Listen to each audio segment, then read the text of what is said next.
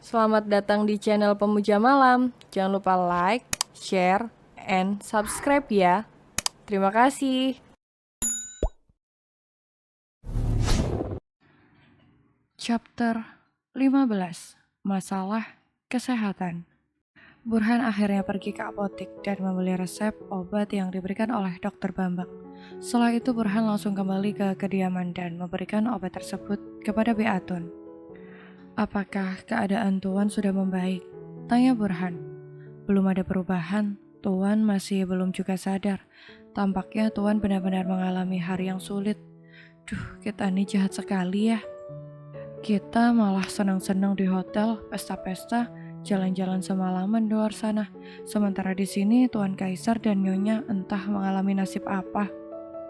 Sehingga mereka berpisah lagi." Ucap Beatun mulai menangis pilu, sedih dengan keadaan Tuan besarnya, yang selama ini selalu baik kepadanya. "Kita berdoa, semoga Tuan dan Nyonya bisa bersama lagi," doa Burhan. "Sudah sana, kalian kembali bekerja, jangan malah ngerumpi di sini. Nanti kalau Tuan Kaisar bangun, pasti dia marah melihat kita malah santai-santaian," ujar Beatun. Sementara itu suasana di kantor Kaisar tampak riuh dan ruwet. Asisten Kaisar sejak tadi mondar-mandir, menunggu kedatangan atasannya. Para klien dari Jepang sudah datang, tetapi Kaisar masih belum datang juga hingga siang hari. "Tuan, sebaiknya menghubungi rumah, siapa tahu ada hal yang membuat Tuan Kaisar tidak bisa datang ke kantor," ucap Cindy, sekretaris Kaisar. "Kau benar, aku sungguh bodoh. Gara-gara panik, aku jadi tidak kepikiran itu. Terima kasih Cindy karena sudah mengingatkan saya." Kemudian Zia menelpon ke rumah Kaisar. Lama sekali, baru ada jawaban. Maklum saja, para pekerja yang bekerja di rumah Kaisar sedang sibuk berkumpul di kamarnya Kaisar. Mereka mengkhawatirkan keadaan majikan mereka, yang hingga siang masih saja belum sadar dari pingsannya. "Iya, halo, kediaman Tuan Kaisar, ada yang bisa saya bantu?" ucap Beatun dengan suara parau. "Halo Beatun, ini saya Zia, asisten Tuan Kaisar. Apakah saya bisa bicara dengan Tuan Kaisar? Ini para klien dari Jepang sudah menunggu kedatangan beliau," ucap Zia to the point, mengingat pentingnya urusan yang dia hadapi. "Maafkan saya Tuan Zia, ini Tuan Kaisar dari pagi pingsan, belum siuman juga.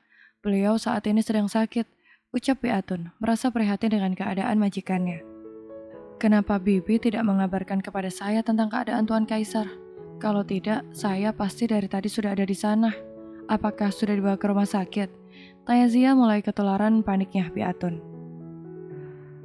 "Tadi Bibi sudah memanggilkan Dokter Bambang, sudah minum obat juga. Tetapi Tuan masih belum juga sadar. Bibi sendiri bingung ini mau bagaimana. Apa kita kirim ke rumah sakit saja, Pak?" tanya Beatun. "Saya akan mengurus dulu urusan di sini, setelah itu saya akan datang ke rumah.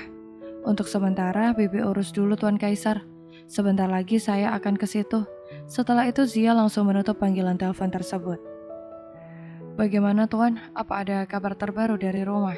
tanya Cindy sekretaris Kaisar. Zia menarik nafas dalam-dalam merasa bingung harus berbuat apa. "Saat ini Tuan Kaisar lagi sakit dari pagi, belum siuman, dari pingsan. Entah apa yang sudah terjadi pada beliau. Udah, saya mau ke ruang meeting dulu. Aku mau handle pertemuan ini dulu, jangan sampai klien kita dari Jepang nanti marah-marah dan akhirnya memutuskan kontrak kerjasama ini. Kamu urus dulu semua urusan yang ada di sini, oke?" Zia kemudian langsung berlari ke ruangan meeting dan menemui klien yang sudah datang jauh-jauh dari Jepang. Mereka adalah rekanan bisnis Kaisar dalam rangka berperang melawan ayahnya Kaisar. "Maafkan saya tuan-tuan sekalian, saat ini Tuan Kaisar sedang sakit dan tidak bisa menghadiri meeting ini. Apakah tuan-tuan tidak keberatan apabila saya menghandle pertemuan ini sementara?" tanya Zia dalam bahasa Jepang yang fasih. Zia memang seorang asisten yang sangat handal. Zia menguasai 5 bahasa, Inggris, Arab, Jepang, Mandarin, dan Korea. "Tidak masalah, asalkan Anda paham dengan proposal yang diajukan kepada kami. Apalagi masalah kesehatan memang tidak bisa kita paksakan. Kami juga tidak ingin kedatangan kami jauh-jauh dari Jepang ternyata tidak membuahkan hasil apa-apa," ucap salah satu klien tersebut yang membuat Zia merasa bersyukur. Baiklah, karena waktu memang sudah siang, mari kita lanjutkan meeting ini. Dan saya akan menjelaskan beberapa hal dalam proposal yang sudah kami susun untuk kita memulai kerjasama kita. Setelah kurang lebih 2 jam lamanya mereka melakukan perundingan, akhirnya mereka mendapatkan sebuah kesepakatan bahwa perusahaan Kaisar akan mensuplai beberapa kebutuhan rakyat Jepang yang akan dikirim secara berkala, setiap 1 bulan sekali.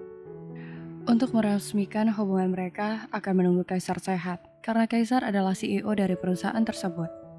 Setelah para klien tersebut kembali ke hotel masing-masing, Zia kemudian mengutus Cindy untuk mengurus segala keperluan mereka sampai kepulangan mereka ke Jepang kembali. Sementara, dirinya kemudian mendatangi rumah Kaisar untuk menengok keadaan atasannya. Hati Zia mencelos ketika mendapati Kaisar yang masih terlelap. Entah itu tidur, entah pingsan, entah koma, masih belum jelas keadaannya. Karena para pelayan di rumah itu belum bisa mengambil keputusan tentang keadaan Kaisar. Ayo, kita sebaiknya membawa Tuan Kaisar ke rumah sakit. Ini sudah terlalu lama untuk ukuran sebuah pingsan.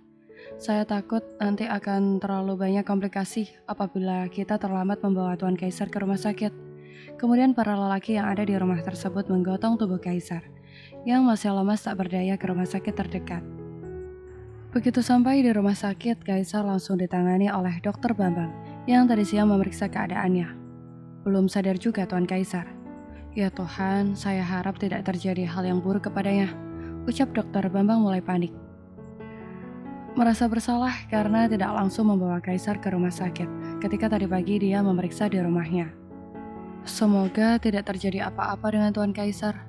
Aduh, ini nyonya besar juga tidak ada. Kami itu sebenarnya bingung mau melakukan apa di rumah. Semuanya kacau dan gak jelas begini, ujar Bi Atun mulai frustasi. Sudah, Bi, tenang.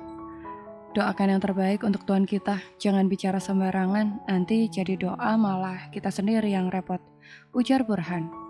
Bibi itu bukannya mendoakan yang buruk-buruk buat Tuan Kaisar.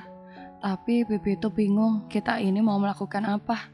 Sekarang mencari nyonya besar juga kita tidak tahu. Nyonya besar ada di mana? Si Bibi malah bikin senewan semua orang yang ikut menemani Kaisar ke rumah sakit. Sudah, kalian kembali ke rumah saja, biar saya urus Tuan Kaisar di sini, ucap Zia akhirnya memutuskan.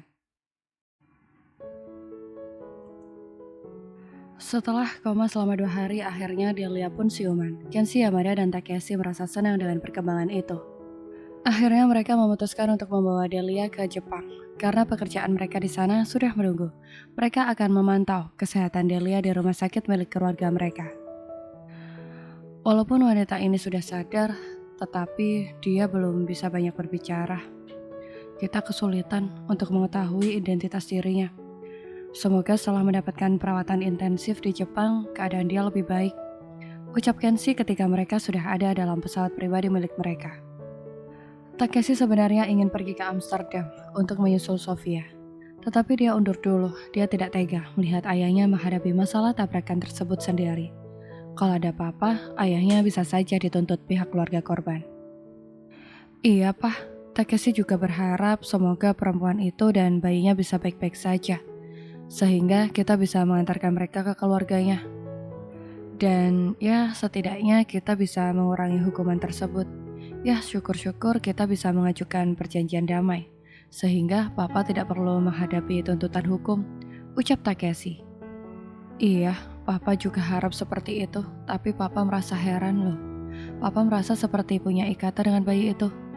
Entahlah, hati Papa rasanya merasakan kesedihan yang tak biasa ketika bayi tersebut dalam keadaan bahaya. Papa juga tidak mengerti perasaan macam apa ini, ujar Kenshi sambil menatap Delia yang menatap dirinya dalam diam. Keadaan Delia memang masih belum terlalu stabil. Takeshi berharap semoga semuanya baik-baik saja. Oh iya, Pak. Papa menabrak wanita ini di mana? Kok bisa sih kejadian seperti itu terjadi kepada Papa? Setauku sih, sopir kita itu termasuk orang yang hati-hati dalam bekerja, tidak sembrono dan juga tidak sembarangan. Tanya Takeshi keheranan. Memangnya, kenapa kau bertanya seperti itu? Apa kau mengetahui sesuatu? Tanya Kenshi. Dengan Papa mengatakan lokasi kejadian, Takeshi bisa menyelidiki kira-kira siapa keluarga perempuan ini.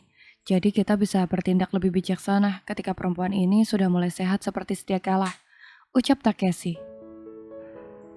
Papa menabrak dia di sekitar perumahan Kemang, perumahan elit, perumahan para konglomerat. Perempuan itu dia tiba-tiba keluar dari sebuah rumah besar dan kejadiannya begitu cepat. Papa sendiri tidak terlalu ingat di mana rumah perempuan itu karena kejadiannya begitu cepat dan keadaan sekitar juga gelap. Kami berdua dalam keadaan panik, tidak ada kesempatan ataupun waktu untuk mengingat lokasi itu secara tepat. Yang Papa ingat, rumah itu sangat besar dan mewah. Takeshi mencoba mengingat kembali kejadian malam itu. Baiklah, Takeshi akan berusaha untuk mengirim seorang detektif swasta untuk menyelidiki sekitar tempat kejadian itu. Mungkin kita bisa mendapatkan beberapa informasi mengenai identitas perempuan ini. Setelah melakukan penerbangan beberapa jam, akhirnya mereka pun mendarat di bandara pribadi milik mereka. Mereka segera membawa Delia ke rumah sakit milik keluarga mereka. Semoga setelah mendapatkan perawatan yang lebih baik, kamu segera membaik ya. Dan kami bisa mengantarkan kamu ke keluarga kamu, ujar Takeshi sambil menatap mata Delia yang kini berkaca-kaca. Namaku Delia, hanya itu yang berhasil diucapkan oleh Delia. Tetapi Takeshi merasa bahagia, setidaknya dia bisa memulai penyelidikan mengenai identitasnya dengan nama tersebut. Takeshi langsung menelpon detektif swasta untuk menyelidiki mengenai perempuan yang bernama Delia di tempat kejadian yang pernah disebutkan oleh ayahnya. Setelah mereka kembali ke Jepang, aktivitas harian mereka kembali normal. Sesekali Takeshi dan Kenshi menengok Delia di rumah sakit. Keadaan Delia pun semakin membaik, perkembangan janinnya pun kini semakin baik pula. Takeshi dan Kenshi merasa senang dengan perkembangan semacam itu. Mereka sudah bersiap akan mengantarkan Delia kepada keluarganya. Tiba-tiba siang itu telepon Takeshi berdering dan ternyata itu adalah panggilan dari detektif swasta yang sudah dia kirim untuk menyelidiki siapa Delia sesungguhnya. Iya, apakah kau sudah berhasil menemukan identitas perempuan tersebut? Tanya Takeshi to the point. Benar Tuan, wanita tersebut bernama Alicia Delia Paramita. Beliau adalah istri dari seorang pengusaha yang bernama Kaisar Eka Putra Nugraha. Yang lebih mengejutkan, Tuan Kaisar ini adalah rival perusahaan kedua orang tua Anda, ucap detektif swasta tersebut. Maksudnya, kenapa saya tidak mengerti dengan apa yang kau laporkan? Tanya Takeshi tampak bingung. Berdasarkan penyelidikan yang sudah saya lakukan selama 1 minggu ini, saya menemukan bahwa Tuan Kaisar itu adalah kakak tiri Anda. Dahulu mamanya Tuan Kaisar adalah istri pertama dari ayah Anda, ucapnya. Bagaikan mendapatkan sambaran petir, Takeshi merasa terkejut dengan berita yang dibawa oleh detektif yang telah dia sewa. Tidak disangka, ternyata perempuan yang ditabrak oleh ayahnya adalah menantunya sendiri, istri dari kakak tirinya, Kaisar. Baiklah, terima kasih atas informasi yang sudah Anda berikan kepada saya. Saya akan segera mentransfer bonus untuk Anda. Senang bekerja sama dengan Anda. Takeshi kemudian menutup panggilan telepon tersebut. Pantas saja, waktu itu Papa mengatakan bahwa dia merasa memiliki ikatan dengan bayi tersebut. Ternyata bayi tersebut adalah cucunya sendiri. Darah memang tidak akan pernah berbohong, ikatan darah memang lebih kental daripada air. Takeshi bergumam sendiri. Hal itu membuat Kenshi merasa terheran-heran melihat wajah putranya yang tampak begitu serius ketika berpikir. Apakah ada masalah yang berat sedang kau pikirkan, Takeshi? Tanya Kenshi sambil duduk di sofa dalam ruangan Takeshi yang tampak sangat mewah.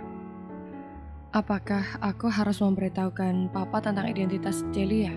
Tampaknya ini akan sangat berbahaya. Apa yang akan Papa lakukan? Kalau mengetahui perempuan itu adalah menantunya sendiri, dan bayi yang dia kandung adalah cucunya sendiri, Takeshi benar-benar berada dalam dilema. Takeshi ditanya kok malah tambah melamun, bukannya menjawab pertanyaan Papa. Apa yang sedang mengganggu pikiranmu? Coba ceritakan sama Papa, siapa tahu Papa bisa membantumu. Tanya Kenshi lagi. Takeshi mau tanya sama Papa. Apa yang akan Papa lakukan kalau Papa bisa menemukan keluarga dari istri pertama Papa? Tanya Takeshi berhati-hati, takut papanya merasa curiga dengan dirinya. Yang Papa dengar, Kaisar sudah menikah, tetapi Papa tidak tahu siapa istrinya. Mamanya Kaisar sudah meninggal lama sekali. Kemarin sewaktu kita di Indonesia, Papa sempat mengunjungi makamnya. Di sana Papa bertemu dengan Kaisar. Tetapi Kaisar tampaknya masih marah dan tidak mau menerima kehadiran Papa dalam kehidupan dia. Dia langsung lari, begitu tahu Papa menemui dia. Ucap Kenshi dengan berat. Ya, Kenshi merasa menyesal karena sudah menelantarkan Kaisar. Papa sudah bertemu dengan Kaisar. Kenapa Takeshi tidak tahu hal itu, Pak? Tanya Takeshi terkejut. Papa bertemu dengan Kaisar hanya sekitar 10 menit, tidak lebih. Setelah itu, Papa merasa sangat sedih dan juga merasa bersalah. Karena Papa sudah begitu tega kepadanya, meninggalkan dia selama 30 tahun lamanya. Pantas kalau Kaisar membenci Papa saat ini, ucapnya. Bersambung.